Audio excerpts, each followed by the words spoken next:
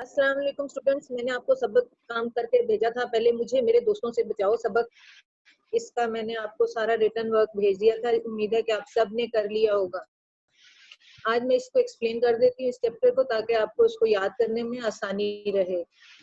مجھے میرے دوستوں سے بچاؤ جو ہے سبق سجاد حیدر یلدرم کا لکھا ہوا ہے، اور یہ خیالستان ان کا مجموع ہے افسانوں کا، اس میں سے یہ لیا گیا ہے. سجاد حیدر یلدرم جو ہیں صاحب طرز ادیب، مترجم اور شاعر تھے. افسانہ نویسی اور ترکی زبان سے اردو میں ترجمے کرنا ان کی شہرت کا سبب بنے. ان کے افسانوں کے بیشتر خیالات اور موضوعات ترکی ادب سے ماخوذ ہیں. یہ جو چیپٹر لیا گیا ہے مجھے میرے دوستوں سے بچاؤ، یہ بھی ان کے افسانوں کے مجموعے جو کہ ہے خیالستان، اس سے لیا گیا ہے، اور یہ ہے ایک افسانہ. اور کوئی طلب ابنائے زمانہ سے نہیں، مجھ پہ احسان جو نہ کرتے تو یہ احسان ہوتا. شعر سے شروع کیا انہوں نے سبق کہ مجھے ابنائے زمانہ سے مراد ہے زمانے کے بیٹے، یعنی کہ مطلبی لوگ، دنیا دار لوگ. شاعر کہتے ہیں کہ مصنف کہتے ہیں کہ مجھے زمانے کے لوگوں سے، دنیا دار لوگوں سے کوئی مطلب نہیں. یہ بھی میرے پر احسان نہ کرتے تو میرے پر یہ ایک احسان ہوتا ہے، کہ مجھ سے یہ نہ ملتے تو یہ مجھ پر ایک احسان کرتے.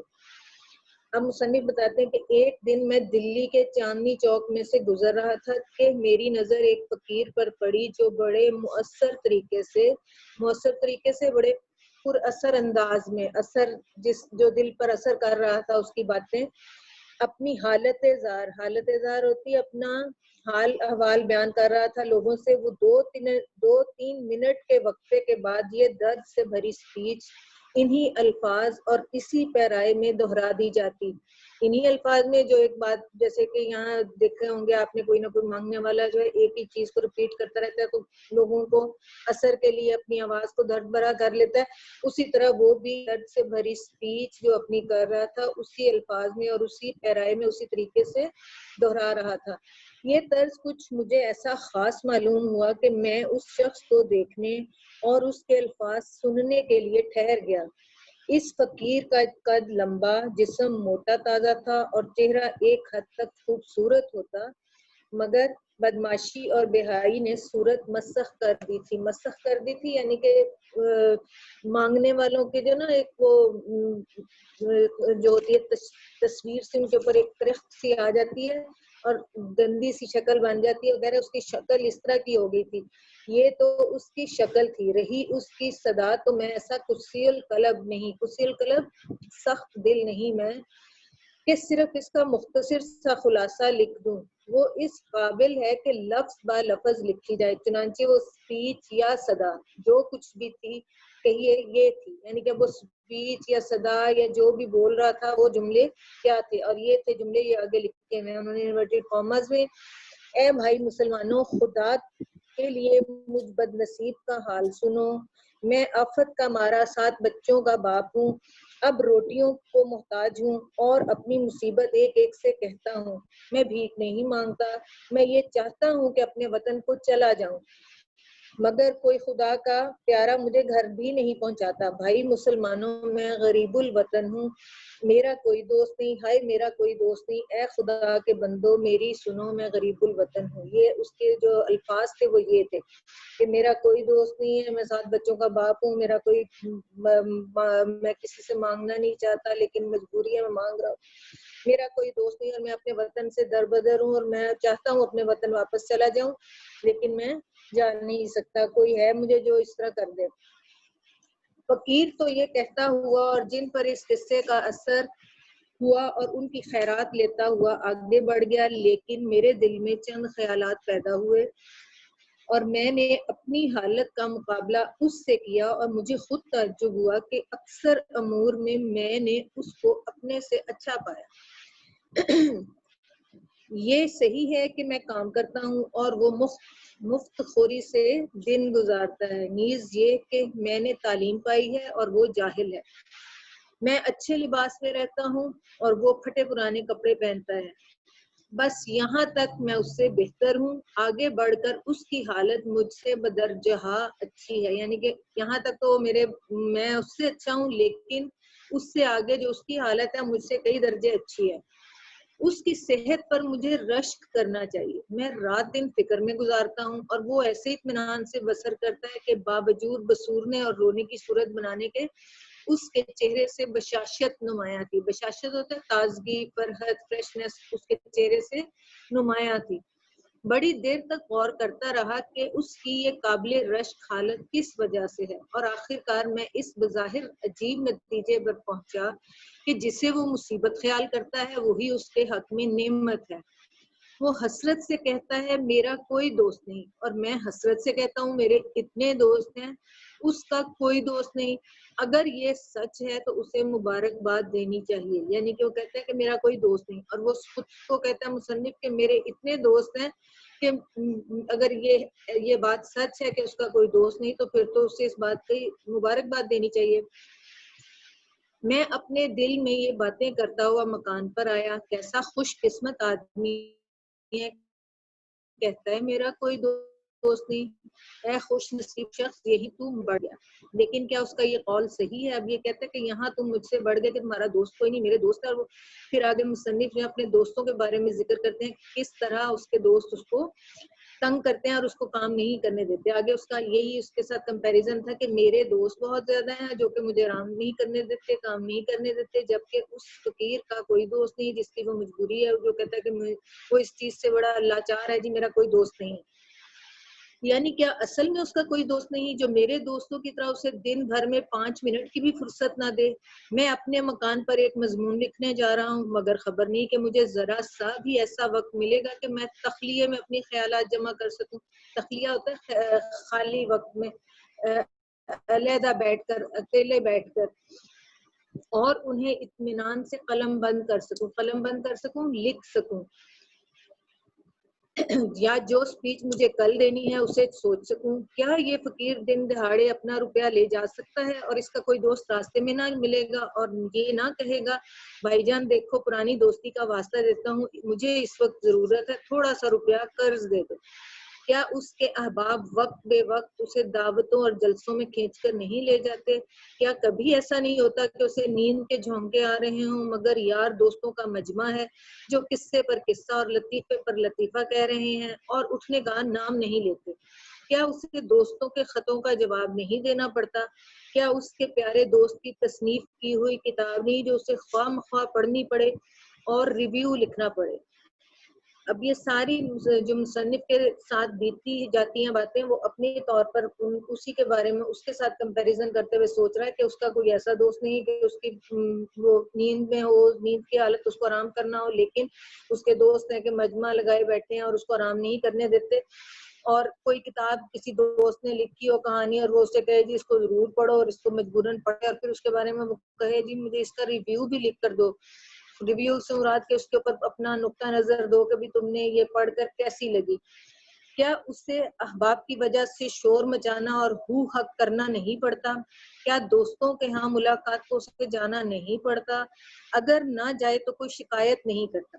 اگر ان سب باتوں سے وہ آزاد ہے تو کوئی تعجب نہیں کہ ہٹا کٹا ہے اور میں نحیف و نزار ہوں. ہٹا کٹا ہے وہ موٹا تازہ ہے اور میں نحیف و نزار ہوں، میں کمزور ہوں. یا اللہ کیا اس پر بھی وہ شکر ادا نہیں کرتا؟ خدا جانے وہ کون سی نعمت چاہتا ہے. لوگ کہیں گے کہ اس شخص کے کیسے بےہودہ خیالات ہیں، بغیر دوستوں کی زندگی دوبھر ہوتی ہے، مشکل ہوتی ہے، یعنی کہ اور یہ ان سے بھاگتا ہے. مگر میں دوستوں کو برا نہیں کہتا، میں جانتا ہوں کہ وہ مجھے خوش کرنے کے لیے میرے پاس آتے ہیں اور میرے خیر طلب ہے، میری بھلائی چاہتے ہیں. مگر عملی نتیجہ یہ ہے کہ احباب کا ارادہ ہوتا ہے مجھے فائدہ پہنچانے کا اور ہو جاتا ہے مجھے نقصان، چاہے مجھ پر نفرین کی جائے. مگر میں یہ کہے بغیر نہیں رہ سکتا کہ آج تک میرے سامنے کوئی یہ ثابت نہیں کر سکا کہ احباب کا ایک جم غفیر رکھنے اور شناسائی کے دائرے کو وسیع کرنے سے کیا فائدہ ہے. اب کہے چاہے مجھے اس بات پر نفرت میرے ساتھ کوئی کرے چاہے میرا برا بھلا سوچے، اور کہ میرے سامنے کوئی یہ بات آج تک ثابت نہیں کر سکا کہ جمع غفیر بہت زیادہ دوستوں کو اور شناسائی واقفیت رکھنے والے لوگوں کے دائرے کو یعنی کہ سرکل کو زیادہ کرنا، وسیع کرنا، اس سے کیا فائدہ حاصل ہوتا ہے۔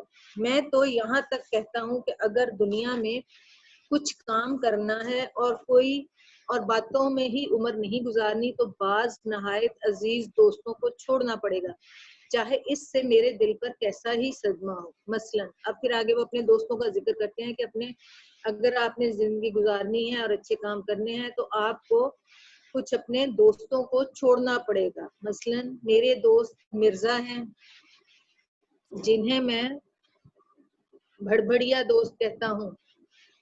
بھڑبڑیا کو کہتے ہیں باتونی دوست، اس نے اس کا نام یہی رکھا ہوا تھا بھڑبڑیا دوست، یعنی کہ وہ بہت باتیں کرتے ہیں، یہ نہایت معقول آدمی ہے، اور میری ان سے دوستی نہایت پرانی اور بے تکلفی کی ہے، مگر حضرت کی خلقت میں داخل ہے کہ 2 منٹ نچلا نہیں بیٹھا جاتا۔ خلقت میں، فطرت میں، پیدائش میں، ان کی عادت میں یہ شامل ہے کہ 2 منٹ بھی چین سے نہیں بیٹھتے، نچلا نہیں بیٹھا جاتا، چین سے نہیں بیٹھتے، جب آئیں گے شور مچاتے ہوئے، چیزوں کو الٹ پلٹ کرتے ہوئے، غرض کہ ان کا آنا بھونچال کے آنے سے کم نہیں ہے۔ بھونچال ہوتا ہے زلزلہ سا، آنے سے کم نہیں ہے۔ جب وہ آتے ہیں تو میں کہتا ہوں کوئی آ رہا ہے، قیامت نہیں۔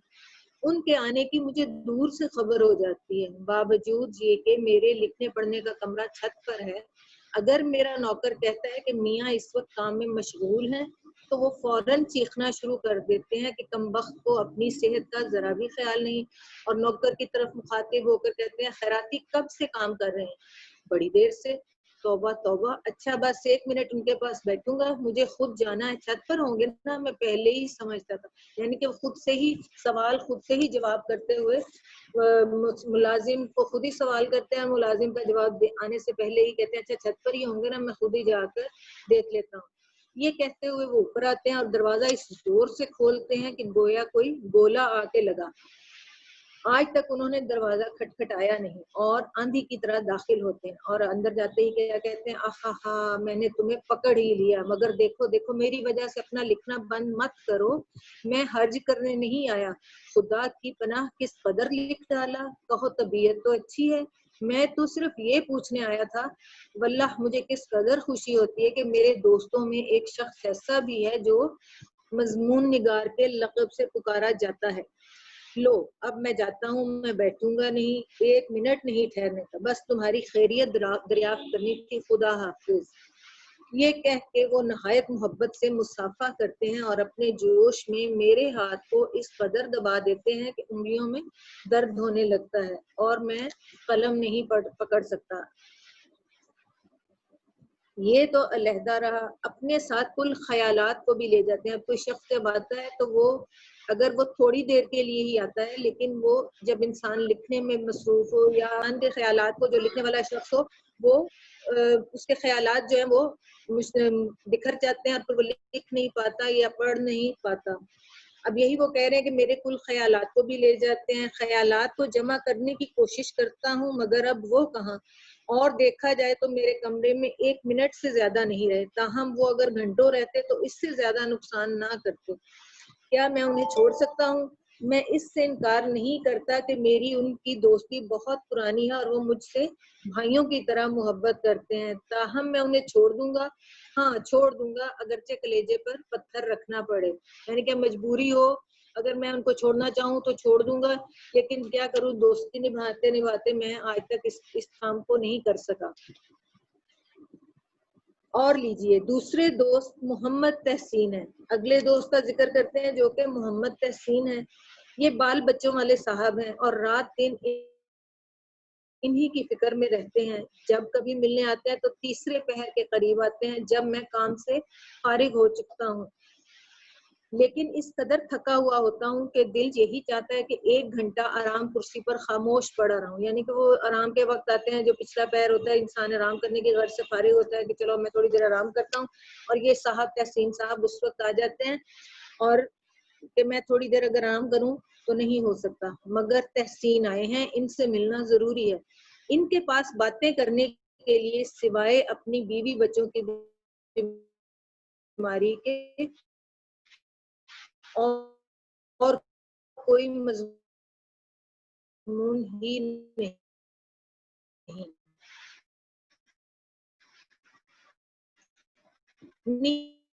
وہ اسکول سے باہر نہیں ہوتی ہیں. اتنی کوشش بات ہوتا ہوں, کوئی ٹاپک بات کوشش کرتا ہوں, لیکن آج آ کر اسی ٹاپک آتے ہیں. گھر والوں کا, اپنے بچوں کا بڑا خراب موسم ہے. میرے چھوٹے بچے کو بخار آ گیا, منجلی لڑکی کھانسی میں مبتلا ہے. اور اگر میں پالیٹکس یا لٹریچر کے متعلق گفتگو کرتا ہوں تو تحسین صاحب طبیعت تو نہیں گھبرائی, پیاس تو نہیں معلوم ہوتی, کبھی کبھی نبض دیکھ لیتے ہیں, اور وہاں بھی کسی سے ملتے ہیں تو گھر کی بیماری کا ذکر ضرور کرتے ہیں. یعنی کہ ان کو یہ پسندیدہ ان کا بات چیت کا جو ٹاپک ہے وہ یہی ہے کہ اپنے گھر والوں کی بیماری, گھر والوں کی کوئی نہ کوئی ذکر, ان کے بارے میں بات چیت. کوئی بھی انسان دوسری طرف گفتگو کرنے کی کوشش کرتا ہے تو وہ آ جا کر دوبارہ سے اسی ٹاپک پر آ جاتے ہیں اور اپنے گھر والوں کے لیے اور اپنے بچوں کی بیماری کا ذکر لے بیٹھتے ہیں. اسی طرح میرے ایک مقدمے باز دوست ہیں جنہیں اپنی ریاست کے جھگڑوں, اپنے فریق مخالف کی برائیوں اور جج صاحب کی تعریف یا مذمت کے تعریف اس حالت میں جب انہوں نے مقدمہ جیتا ہو, اور کوئی مضمون نہیں. یعنی کہ وہ ایک مقدمے باز دوست ہیں جو کہ ہر وقت عدالتوں کے چکر میں رہتے ہیں, ریاست کے جھگڑوں میں رہتے ہیں, اور مخالف پارٹیوں کی برائیوں اور یا پھر جج صاحب کی تعریف یا برائی کے اور برائی تعریف اس حالت میں صرف کرتے ہیں جب انہوں نے وہ مقدمہ جیتا, اور برائی اس وقت کرتے ہیں جب وہ مقدمہ ہار جاتے ہیں اور ان کے پاس کوئی ٹاپک نہیں, کوئی مضمون نہیں. من جملہ اور بہت سے مختلف قسموں کے دوستوں کے میں شاکر خان صاحب کی ذکر خصوصیت سے کروں گا. من جملہ ان سب میں سے اور بھی کئی مختلف دوست ہیں, لیکن میں ایک شاکر خان صاحب کا ذکر خاص طور پر کروں گا کیونکہ وہ مجھ پر خاص عنایت فرماتے ہیں, مہربانی فرماتے ہیں. شاکر خان صاحب موضع سلیم پور کے رئیس ہیں اور ضلع بھر میں نہایت معزز آدمی ہیں, عزت دار آدمی ہیں اور امیر ہیں وہاں کے. انہیں اپنی لیاقت کے مطابق لٹریچر کا بہت شوق ہے, لٹریچر یہی ادب کا بہت شوق ہے. لٹریچر پڑھنے کا اتنا نہیں جتنا لٹریری آدمیوں سے ملنے اور تعارف پیدا کرنے کا. یعنی کہ پڑھنے لکھنے کا شوق ہے, صرف مشہور شخصیات سے, مشہور لوگوں سے, جو لوگ لکھنے پڑھنے والے ہیں ان سے ملاقات کا اور تعارف کرنے کا بہت شوق ہے. ان کا خیال ہے کہ اہل علم کی تھوڑی سی قدر کرنا عمرہ کے شایان شان ہے. ایک مرتبہ میرے ہاں تشریف لائے اور بہت اصرار سے مجھے سلیم پور لے گئے, یہ کہہ کے کہ شہر میں رات دن شور و شغب رہتا ہے, شور غل, کوئی پارٹیاں, کوئی مجلسیں, کوئی محفلیں. تو دیہات میں کچھ عرصہ رہنے سے تبدیلی آب و ہوا بھی ہوگی اور وہاں مضمون نگاری بھی تم اطمینان سے کر سکو گے. میں نے ایک کمرہ خاص تمہارے واسطے آراستہ کرایا ہے, سیٹ کیا ہے, سجایا ہے, جس میں لکھنے پڑھنے کا سب سامان مہیا ہے. تھوڑے دن رہ کے چلے آنا, دیکھو میری خوشی کرو, میری خوشی کی خاطر تم چل پڑو, ایسی کوئی بات نہیں. تو میں تمہیں گاؤں لے جاتا ہوں, شہر کے شور و غل سے, شہر کے بہت مصروف زندگی سے نکل کر کچھ عرصہ گاؤں میں رہو گے اور پھر اپنے مضمون بھی وہاں آسانی سے اور پوری توجہ سے لکھ سکو گے. اور میں نے تمہارے لیے ایک علیحدہ کمرہ مقرر کیا ہے, رکھا ہوا ہے, اور اس میں کوئی تمہیں تنگ نہیں کرے گا, ڈسٹرب نہیں کرے گا. تم چلو, تمہارے پڑھنے لکھنے کا وہاں سارا سامان میں نے مہیا کیا ہوا ہے, تھوڑے دن رہنا اور پھر چلے آنا. میں اس ایسے محبت آمیز اصرار پر انکار کیسے کر سکتا تھا. مختصر سا سامان پڑھنے لکھنے کا لے کر میں ان کے ساتھ ہو لیا. ایڈیٹر معارف سے وعدہ کر چکا تھا کہ ایک خاص عرصے میں ان کی خدمت میں ایک مضمون بھیجوں گا. شاکر صاحب کی کوٹھی پر پہنچ کر میں نے وہ کمرہ دیکھا جو میرے لیے تیار کیا گیا تھا. اس کی کھڑکی پائیں باغ کی طرف کھلتی تھی, پائیں باغ کی طرف, گھر کے اندر چھوٹا جو باغیچہ ہوتا ہے اس کی طرف کھلتی تھی, اور ایک نہایت ہی دل فریب نیچرل منظر میری آنکھوں کے سامنے ہوتا. صبح کو میں ناشتے کی غرض سے بلایا گیا. جب دوسرا پیالہ چائے کا پی چکا تو اپنے کمرے کو جانے کے لیے اٹھا ہی تھا کہ چاروں طرف سے اصرار ہونے لگا, ہے کہیں ایسا غضب نہ کرنا کہ آج ہی سے کام شروع کر دو, اپنے دماغ کو کچھ تو آرام دو, اور آج کا دن تو خاص کر اس قابل ہے کہ سینری کا لطف اٹھانے میں گزارا جائے. نیچرل سین, باہر کے منظر, ان کو سین دیکھنے میں گزارا جائے. چلیے گاڑی تیار کرتے ہیں, دریا پر مچھلی کا شکار کھیلیں گے, اور پھر وہاں سے 2 میل پر احمد نگر ہے, آپ کو وہاں کے رئیس راجہ طالب علی صاحب سے بھی ملائیں گے. یعنی کہ اب تم آرام اپنے کمرے میں مت جاؤ، تمہیں ہم باہر کا سیر کراتے ہیں، ایک گاؤں مچھلی کھیلیں، مچھلی کا شکار کریں گے، اور 2 میل دور ایک اور گاؤں ہے احمد نگر، اس کے رئیس جو ہیں راجہ طالب علی سے تمہاری ملاقات کرائیں گے. مطلب یہ تھا کہ یہ ان کو شوق تھا کہ میں پڑھے لکھے آدمیوں کی سے تعارف کروں اور ان کا تعارف لوگوں سے کراؤں. اب میرا ماتھا وہی ٹھنکا یعنی کہ مجھے اسی وقت میں اچنبے میں ہو گیا، میں پریشان ہو گیا کہ اگر یہی حال رہا تو یہاں بھی فرصت معلوم کہاں ملے گی. خیر سینکڑوں ہیلے و حوالوں سے اس وقت تو میں بچ گیا اور میرے میزبان بھی میری وجہ سے نہ گئے، مگر مجھے بہت جلد معلوم ہو گیا کہ جس ان کا یعنی یکسوئی کی تلاش میں میں سرگرداں تھا وہ مجھے یہاں بھی نہ ملے گی. ان کا ہوتا ہے بہت غیر اور غائب سی اور ختم سی جو نہ ملنے والی چیز ہو، ان کا یعنی کہ وہ نہیں ملنے والی چیز یکسوئی پوری توجہ جہاں کوئی نہیں ملنی تھی، جس کی تلاش میں تھا کہ مجھے وہاں مل جائے گی. اگر گاؤں میں گیا ہوں تو وہاں جا کر اپنا کام توجہ سے کروں گا، وہ سوچنے لگا کہ مجھے یہاں بھی نہیں ملے گی. میں جلدی سے اٹھ کر اپنے کمرے میں آیا اور اس وقت ذرا غور سے اس میز کے سامان کو دیکھا جو میرے لکھنے پڑھنے کے لیے تیار کی گئی تھی. میز پر نہایت قیمتی کامدار کپڑا پڑا ہوا تھا جس پر ایک قطرہ گرانا گناہ کبیرہ سے کم نہ ہوگا. یعنی کہ بہت چمکیلا ریشمی کام والا کپڑا ٹیبل کلاتھ کی طرح بچھایا ہوا تھا. اس کے اوپر تھا چاندی کی دوات رکھی تھی، مگر سیاہی دیکھتا ہوں تو سوکھی ہوئی. انگریزی قلم نہایت قیمتی اور نایاب، مہنگا یعنی کہ بہت قیمتی اور نایاب تھا، مگر اکثر میں نب ندارت، لیکن کئیوں میں نب ہی نہیں تھی.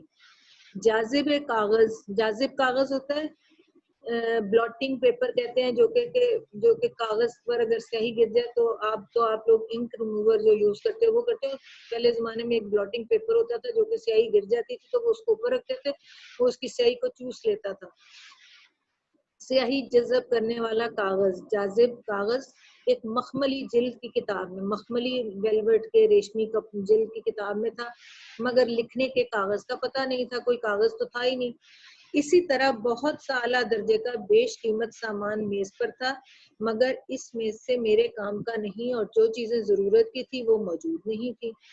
آخر کار میں نے وہی اپنا پرانا استعمالی مگر مفید بکس اور اپنی معمولی دوات اور قلم، جس نے اب تک نہایت ایمانداری سے میری مدد کی تھی اور میرے پراں خیالات بکھرے ہوئے منتشر خیالات کو تیزی کے ساتھ کف سے کاغذ میں بند کیا تھا. کفس ہوتا ہے پنجرہ، کاغذ کے پنجرے میں یا کاغذ کے اوپر لکھا تھا، نکالا اور لکھنا شروع کیا. یہ ضرور ہے کہ جن مرغان خوش نوا کی تعریف میں، مرغان ہوتے ہیں پرندوں کو کہا جاتا ہے، خوش نوا خوبصورت آوازوں والے پرندوں کی تعریف میں شعراء اس قدر رطب اللسان ہے، رطب اللسان بہت زیادہ ان کی زبان تعریف کرنے میں مصروف ہوتی ہے. یعنی کہ وہ کہہ رہے ہیں یہ ضرور ہے کہ جن پرندوں کی خوبصورت پرندوں کی آواز کی تعریف میں شاعر حضرات کی زبان ہر وقت تعریف میں مصروف رہتی ہے، ان کی عنایت سے میں خوش نہیں ہوا. یعنی کہ میں ان کی مہربانی سے ان پرندوں سے خوش نہیں ہوا. کیا کیا انہوں نے کہ ہوا یہ کہ سب کے سب میرے کمرے کے نیچے درخت پر جمع ہو گئے. سب پرندے جو تھے میرے نیچے جو کمرہ تھا اس کے نیچے ایک درخت تھا، اس کے اوپر جمع ہو گئے اور شور مچانا شروع کر دیا. تاہم میں نے کوشش کر کے ان کی طرف سے کان بند کر لیے اور کام میں ہمہ تن مشغول ہو گیا. میں نے اپنی طرف سے کان بند کیے کہ میں ان کا شور نہ سنوں اور اپنی پوری توجہ سے اپنے کام میں مصروف اور مگن ہو گیا. اب تن تن تنا تن چھن چھن تنا تن یہ ایسی کوئی ایک آواز آنا شروع ہوگی. میں ایسا مصروف تھا کہ دنیا و محافیہ کی خبر نہ تھی، دنیا اور اس جہان کی پوری کوئی خبر نہ تھی. یکا یک اس تن نے چونکا دیا. یہ کیا ہے؟ اب میں سمجھا میرے کمرے کے قریب شاکر صاحب کے چھوٹے بھائی کا کمرہ ہے، انہیں موسیقی میں بہت دخل ہے. اس وقت ستار سے شوق فرما رہے تھے اور بہت خوب بجا رہے ہیں. کوئی آدھ گھنٹہ انہوں نے موسیقی کی مشق فرما کر مجھے میری خواہش کے خلاف محظوظ فرمایا میرے اپنی طرف سے میرا دل خوش کیا، حالانکہ میں اس سے بہت تنگ تھا. پھر کسی وجہ سے وہ اپنے کمرے سے چلے گئے اور خاموشی طاری ہو گئی، تو پھر مجھے اپنے کام کا خیال آیا، اے میرے خیالات، تم ہی میرا گنجینہ، میرا خزینہ ہو، خدا کے لیے رحم کرو، میرے دماغ میں پھر آ جاؤ۔ یہ کہہ کے میں کاغذ کی طرف متوجہ ہوا کہ دیکھوں کہاں چھوڑا ہے۔ اب یہ جو لکھے ہوئے جملے ہیں، یہ وہ جملے ہیں جو وہ لکھ رہے تھے۔ جن کی قدر آپ کہاں بھول پڑے، اتنے دنوں کہاں رہے، یہ کیا محمل فکرہ ہوا، لا حول ولا قوت، میں بھی کیا گڑبڑ کر رہا ہوں۔ اب وہ سوچ رہے ہیں کیا گڑبڑ کر رہا ہوں، آپ کہاں بھول پڑے، اتنے دنوں کہاں رہے۔ یہ فکرے تو شاکر صاحب نے کسی دوست سے کہے ہیں جو ابھی ان سے ملنے آیا ہے، میں مصروفیت میں انہیں ہی لکھ دیا۔ ہاں تو کاٹ کے فکرہ درست کرنا چاہیے، اور جن کی قدر ابھی تک ملک و قوم کو معلوم نہیں ہوئی اور باہر۔ اب پھر ایک جملہ لکھتے ہیں کہ جن کی قدر ابھی تک ملک و قوم کو معلوم نہیں ہوئی، اور پھر باہر ساتھ ہی کوئی دروازہ کھٹکھٹاتا ہے۔ کون ہے؟ میں ہوں شبن۔ اب ملازم ہے کوئی اور وہ کہتا ہے کہ جی میں ہوں شبن، سرکار نے کہا ہے اگر آپ کو تکلیف نہ ہو تو نیچے ذرا سی دیر کے لیے تشریف لائیے، کوئی صاحب آئے ہوئے ہیں، سرکار انہیں آپ سے ملانا چاہتے ہیں۔ یعنی کہ وہ کہتے ہیں کہ ساتھ ہی دروازہ کھٹکھٹاتا ہے کوئی اور کہتا ہے کہ جی نیچے کوئی مہمان آئے ہوئے ہیں اور صاحب آپ کو ان سے ملانا چاہتے ہیں۔ بادل خواستہ، مجبوراً، بادل خواستہ کا مطلب ہے نہ چاہتے ہوئے مجبوراً میں اٹھا اور نیچے گیا۔ شاکر صاحب کے دوست راجہ طالب علی صاحب تشریف لائے تھے، ان سے میرا تعارف کرایا گیا۔ تھوڑی دیر کے بعد وہ تشریف لے گئے اور مجھے بھی فرصت ملی اور میں نے یکسو ہو کر لکھنا شروع کیا۔ یکسو ہو کر پھر سے توجہ اپنی اکٹھی کی اور پھر سے لکھنا شروع کیا۔ تھوڑی ہی دیر ہوئی تھی کہ شبن نے پھر دروازہ کھٹکھٹایا، شبن ملازم کا نام ہے۔ معلوم ہوا کہ میری پھر یاد ہوئی، ہمارے میزبان کے کوئی اور دوست آئے ہوئے ہیں اور میں انہیں دکھایا جاؤں گا۔ گویا میں بھی مثل اس عربی گھوڑے کے تھا جسے میزبان نے حال ہی میں خریدا تھا اور جو ہر دوست کو استبل سے منگا کے دکھایا جاتا ہے۔ اب اس نے اپنی مثال کہا دی ہے کہ میں اس عربی گھوڑے کی مانند ہوں، جیسے کہ میرا جو میزبان ہے وہ بار بار مجھے، کوئی بھی مہمان اس کا آتا ہے تو مجھے بلا لیتے ہیں، جی میں نے آپ کو ان سے ملانا ہے۔ تو میں ایک اس عربی گھوڑے کی مانند لگتا تھا، اپنے آپ کو سوچتا تھا کہ جس کو استبل سے نکال کر منگا کر اپنے مہمانوں کو دکھایا جاتا ہے اور جو حال ہی میزبان میں خریدا تھا۔ ان سے نجات پا کر میں بھاگ کر پھر اپنے کمرے میں آیا، خیالات غائب ہو گئے، فکرہ اثر نو پھر بنانا پڑا، اثر نو نئے سرے سے پھر بنانا پڑا، طبیعت اچاٹ ہو گئی یعنی کہ بیزار ہو گئی، بہزار دقت پھر بیٹھا اور لکھنا شروع کیا، بہزار دقت، بڑی مجبوری سے، بڑی کوشش سے پھر لکھنے کی کوشش کی۔ اب کی مرتبہ خوش قسمتی سے کوئی ایک آدھ گھنٹہ ایسا ملا جس میں کوئی آیا گیا نہیں۔ اب میرا قلم تیزی سے چل رہا تھا اور میں لکھ رہا تھا۔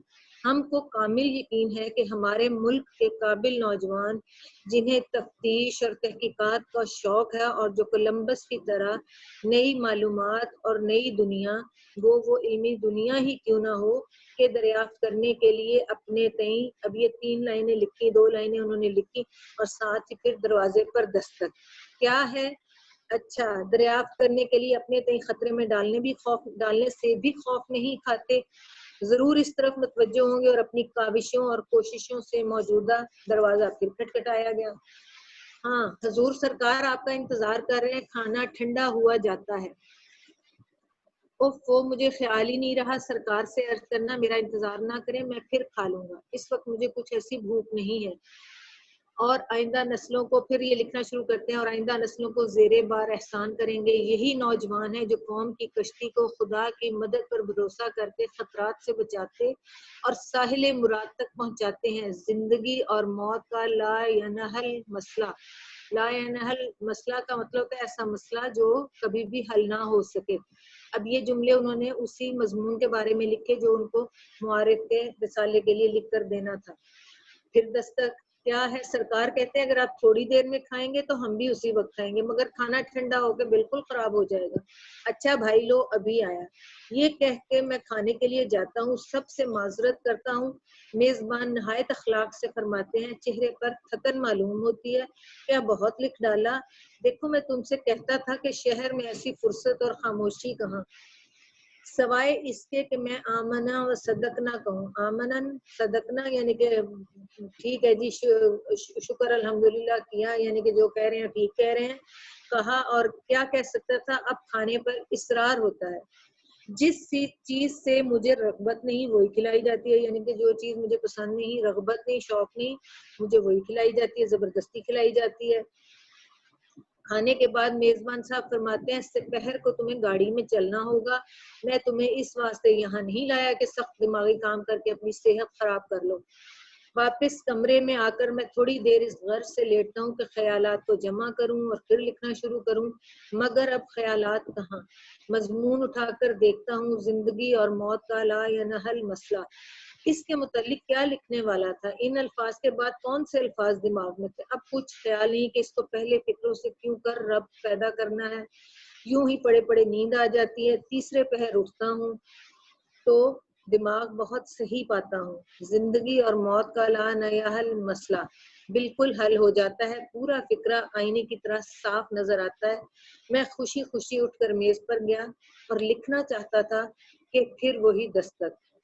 نوکر اطلاع دیتا ہے کہ گاڑی تیار ہے، سرکار کپڑے پہنے آپ کا انتظار کر رہے ہیں. میں فوراً نیچے جاتا ہوں تو پہلا فکرہ جو میزبان صاحب کہتے ہیں وہ ہوتا ہے آج تو دستے کے دستے لکھ ڈالے.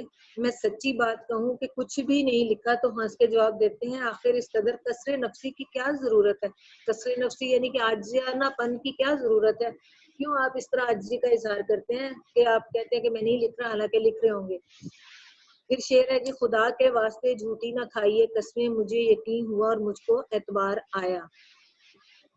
مل ملا کر شام کو واپس آئے. کھانے کے بعد باتیں ہوتی ہیں. سونے کا وقت اپنا دن بھر کا کام دیکھتا ہوں تو ایک صفحے سے زیادہ نہیں، وہ بھی بے ربط اور بے سلسلہ. غصے اور رنج میں آ کر میں اسے پھاڑ دیتا ہوں اور دوسرے روز اپنے میزبان کو ناراض کر کے اپنے گھر واپس چلا آتا ہوں. میں نہ شکرا اور احسان فراموش کہا جاؤں گا مگر میں مجبور ہوں اور اس عزیز میزبان اور مہربان دوست کو بھی چھوڑ دوں گا. میں نے ذرا تفصیل سے ان کا حال بیان کیا ہے مگر یہ خیال نہ کرنا کہ یہی ان احباب کی فہرست ختم ہو گئی جن سے میں رخصت طلب کر سکتا ہوں. کہتے کہ میں نے ایک تفصیل سے ان کا جو ہے شاکر حسین کا ذکر کیا ہے، لیکن یہ نہیں ہے کہ میرے دوست کم ہو گئے یا ختم ہو گئے. ابھی بھی میرے بہت سارے باقی ہیں. مثلا ایک صاحب ہیں جو مجھ سے کبھی نہیں ملتے مگر جب آتے ہیں میں ان کا مطلب سمجھ جاتا ہوں. یہ حضرت ہمیشہ قرض مانگنے آتے ہیں، ویسے نہیں ملتے لیکن جب کبھی بھی قرض کی ضرورت ہو تو فوراً آتے ہیں اور کہتے ہیں جی میں تو تم سے ملنے ہی آ رہا تھا. ایک صاحب ہیں جو ہمیشہ ایسے وقت میں آتے ہیں جب میں باہر جانے والا ہوتا ہوں، اور ایک صاحب ہیں جب مجھ سے ملتے ہیں کہتے ہیں میاں عرصے سے میرا دل چاہتا ہے تمہاری دعوت کروں مگر کبھی اپنی خواہش پوری نہیں کرتے. یعنی کہ کہتے ہیں کہ جی میں تمہاری دعوت کرنا چاہتا ہوں لیکن بہت عرصے سے اس چیز کی کرنے کی کوشش نہیں کرتے ہیں. ایک دوست ہے وہ آتے ہی سوالات کی بوچھاڑ کر دیتے ہیں. جب میں جواب دیتا ہوں تو متوجہ ہو کر نہیں سنتے یا اخبار پڑھنے لگتے ہیں یا گانے لگتے ہیں. ایک صاحب ہے جو جب آتے ہیں اپنی ہی کہے جاتے ہیں میری نہیں سنتے. یہ سب میرے عنایت فرما اور خیر طلب ہیں. یہ سب لوگ جو ہیں میرے مہربان ہیں اور میری بھلائی چاہتے ہیں مگر میں اپنی طبیعت کا کیا کروں. صاف صاف کہتا ہوں ان میں سے ہر ایک سے میں یہ کہہ سکتا ہوں کہ مجھ پر احسان جو نہ کرتے تو یہ احسان ہوتا. یعنی کہ آپ مجھ پر احسان نہ کرتے تو میرے لیے یہ بڑا احسان ہوتا. یعنی کہ آپ مجھ سے ملنے نہ آتے تو یہ میرے لیے ایک احسان ہے. مثلا دوستوں احباب کے ساتھ تعلق رکھنا ضروری ہے لیکن دوست اور دوسرے دوستوں کو تنگ کرنا ضروری نہیں. مصنف کے خیال میں اس کے جو دوست ہیں بجائے اس کو سکون دینے کے اس کو تنگ کرتے ہیں. اسی چیز کا موازنہ وہ اس فقیر سے کرتا ہے جو اس کو چاندنی چوک میں ملتا ہے اور وہ اس کے ساتھ یہی اپنا موازنہ کرتے ہوئے آپ کو اپنے دوستوں کے بارے میں بتاتا ہے کہ میرے دوست ایسے